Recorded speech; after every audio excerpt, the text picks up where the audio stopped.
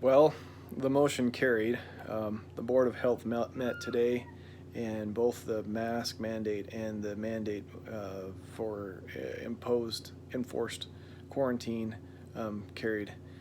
I'm disappointed. I'm not surprised. A couple of things. I've been noodling over just trying to think what some of the board members are thinking, and I'd like to believe in the best case it is this.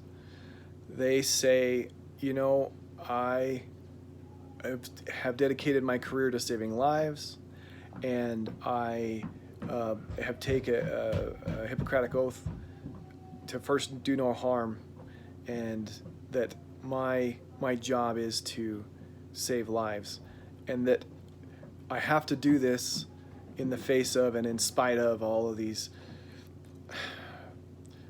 opposers in my community. I can relate to these individuals on the Board of Health being in the medical field, and I think I can echo or I can see that between Joe Skinner and some of the other votes that came not from the medical community, that if you're in the fray, if you're busy trying to help people heal, and that's all you're seeing, and that's all you hear about, and that's all the circles that you go in, then it would probably be easy to say, yeah, this is the right thing to do, and to feel passionate about it despite the people protesting against it. But in the worst case, it's this: I know better than you. I have more power than you. You say that you oppose this, but neener, I have the power, and I am going to enforce it upon you and upon everybody else because that's what I want. And I am comfortable imposing that upon you because that's important to me. And in the same breath, they're saying, we're not going to impose this. We're going to be flexible with people that have exceptions to wearing the mask. We're not going to abuse the power of quarantining people. And then they go and they disregard all of the comments which were overwhelmingly against the rule. And so I'm confused. I get it. You have the power and I don't, right? Supposedly. This is not over, right? What's unfortunate about it is I think what it'll end up being is taking the power away from the Board of Health. They've used their power irresponsibly. It was important at one time for them to be able to have some latitude in being able to call a state of emergency or to quarantine or to whatever. That's important that they be able to do that, and yet here they showed that in a state of non-emergency and against the will of the people and lacking sufficient evidence that this is going to be helpful, useful, effective, or even not detrimental. I mean, what happened to the Hippocratic Oath, right? There is harm that will be done of a kind by imposing these things upon people. I got distracted as I was thinking about, I guess, Mary Brown, or Mary, is it Mellon, that was a typhoid Mary, right?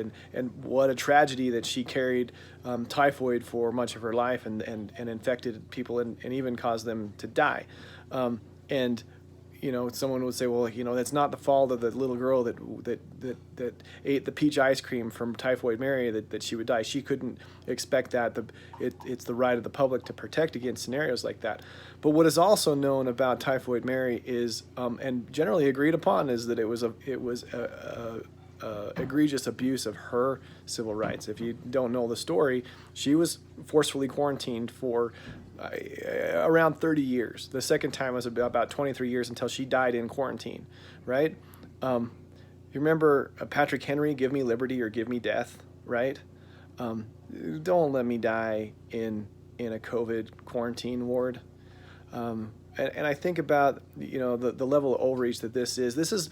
The mask thing was not the issue, right? I kept on scratching my head. Why is this such a big deal? Like, why are they pushing it so hard?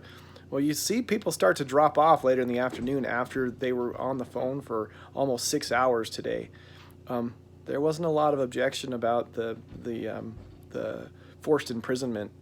And just to be clear, the discussion is, well, who can be forcefully quarantined? Well, you can be forcefully quarantined by the Department of Health in Gallatin County if the Board of Health deems, for example, that you've come in contact with somebody that has COVID. Now, even if the tests were reliable, the fact that somebody comes within, was it 6 feet of me for 15 minutes, suddenly lets them have the authority to imprison me. I'm starting to understand where this is going, right?